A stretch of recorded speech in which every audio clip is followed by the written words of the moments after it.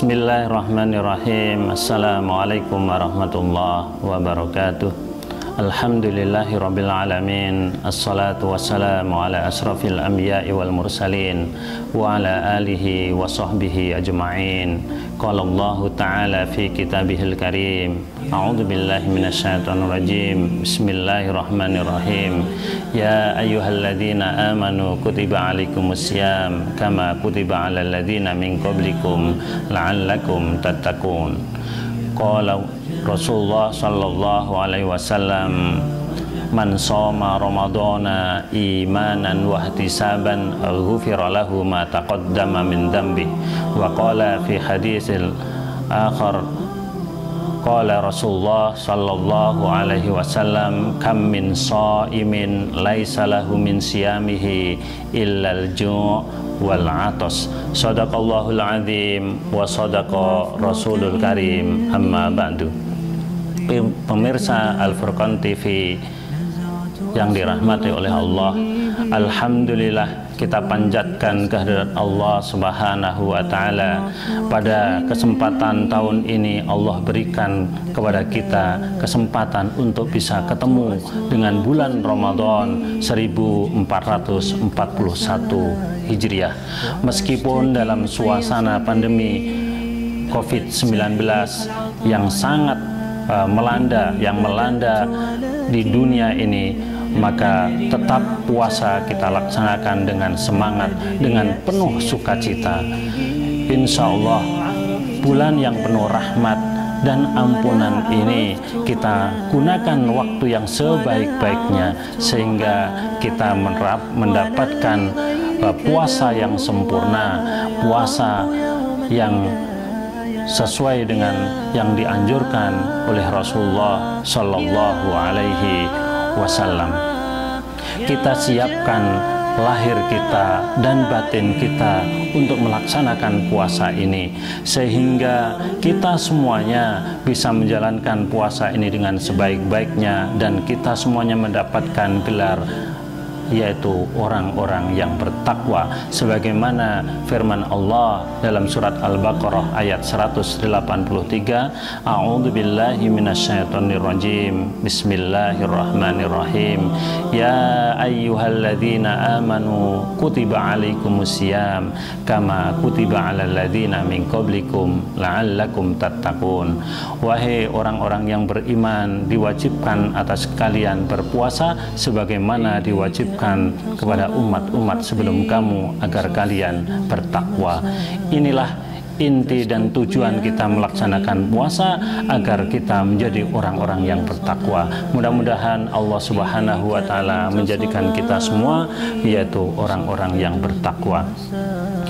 Allah memerintahkan kita berpuasa, tentunya ada hikmah yang sangat banyak, di mana dalam 11 bulan kita dibebaskan untuk makan dan minum sesuai dengan kehendak dan juga kemauan kita. Namun 1 bulan ini kita diwajibkan untuk berpuasa, untuk mengistirahatkan pencernaan kita supaya kita menjadi orang-orang yang sehat. Sumu tasihu. Rasulullah bersabda, berpuasalah, niscaya kamu akan sehat. Maka dengan puasa ini Allah akan memberikan kemudahan kita untuk melaksanakan amal-amal yang lain dan juga akan menyehatkan kita semuanya, insya Allah. Allah menjanjikan terhadap orang-orang yang berpuasa adalah pahala yang besar, sebagaimana sabdanya Rasulullah sallallahu alaihi wasallam, man shoma ramadhana imanan wa ihtisaban ghufira lahu ma taqaddama min dhanbi. Barang siapa yang berpuasa pada bulan Ramadan penuh dengan iman dan berharap kepada Allah, maka akan diampuni dosa-dosanya yang telah lalu. Dan Allah pun juga menjanjikan pahala berupa surga untuk orang-orang yang berpuasa, yaitu surga Ar-Rayyan, di mana surga ini adalah diperuntukkan bagi orang-orang yang khusus, orang-orang yang berpuasa saja. Mudah-mudahan Allah Subhanahu wa Ta'ala memberikan juga kemudahan kita untuk bisa memasukin yaitu pintu Ar-Rayyan, yaitu pintu di mana orang-orang yang berpuasa saja yang diperbolehkan untuk melaluinya. Pemirsa Al-Furqan TV yang dirahmati oleh Allah Subhanahu wa Ta'ala, namun harus kita perhatikan ya, ada hal-hal yang bisa menyebabkan pahala puasa kita terhapus atau cacat.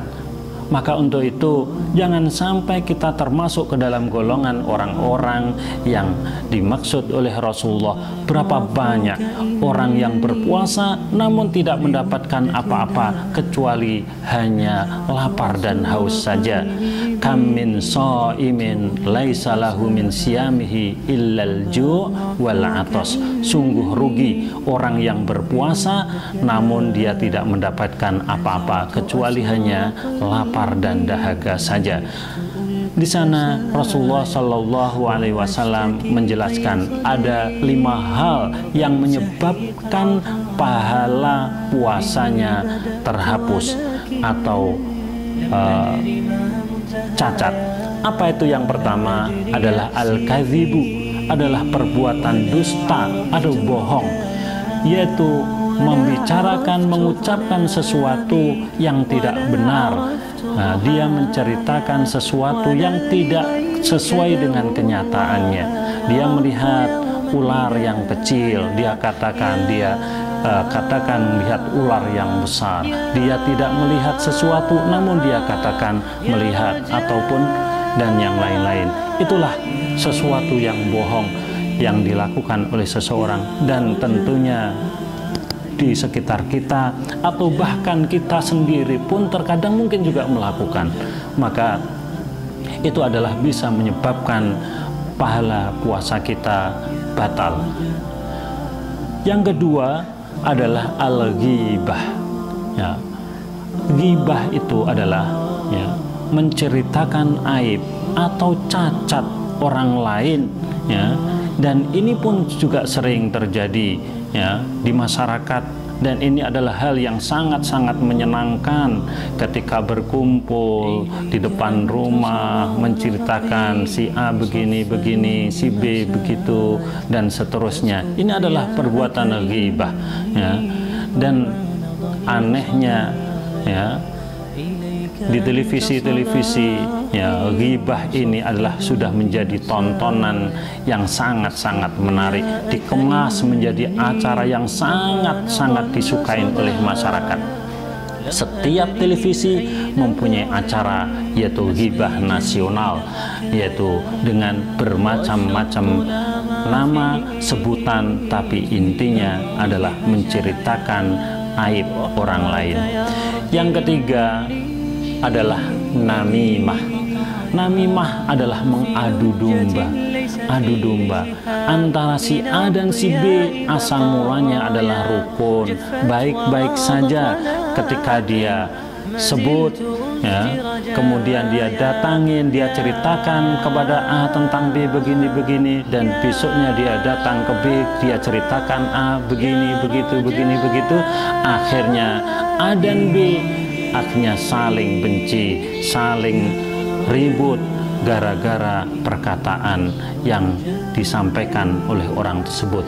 Ini adalah hal yang sangat-sangat tercela, sangat-sangat tidak disukai oleh Allah, dan bisa menyebabkan pahala puasanya batal ataupun rusak. Yang keempat adalah sumpah palsu. Banyak orang ya melakukan sumpah dengan sangat-sangat mudah sekali, hanya ingin mendapatkan keuntungan yang sedikit. Dia bersumpah dengan menyebut nama Allah. Untuk menutupin kesalahannya, dia bersumpah dengan menyebut nama Allah bahwasanya dia tidak melakukan ini dan itu. Ini adalah hal yang sangat-sangat banyak terjadi di masyarakat, ya, yaitu melakukan sumpah palsu, ya. Dan mudah-mudahan kita semuanya bisa terhindar dari itu semuanya. Keempat hal ini adalah, ya, dosa yang dilakukan oleh lisan, ya. Satu adalah al-kadzib, yaitu bohong. Yang kedua adalah al-ghibah, yaitu menceritakan aib orang lain. Yang ketiga adalah namimah, adu domba. Yang keempat adalah bersumpah palsu. Ini adalah hal yang dilakukan oleh lisan. Maka ini adalah introspeksi bagi diri kita sendiri. Mari kita jaga lisan kita. Dalam syair Mahfudzat dikatakan, salamatul insan fi khifdil lisan. Keselamatan seseorang tergantung terhadap menjaga lidahnya. Maka untuk itu mari kita jaga lidah dan lisan kita, sehingga lisan kita tidak melakukan, tidak mengucapkan sesuatu yang tidak baik. Maka kata Nabi, falyakul khairan liyasmut, ya, maka berkatalah yang baik atau diam. Maka suatu ketika diam bisa menjadi penyelamat bagi kita, karena ucapan yang sudah keluar dari lisan kita pada hakikatnya itu adalah harimau yang siap menerkam kita. Mulutmu adalah harimaumu.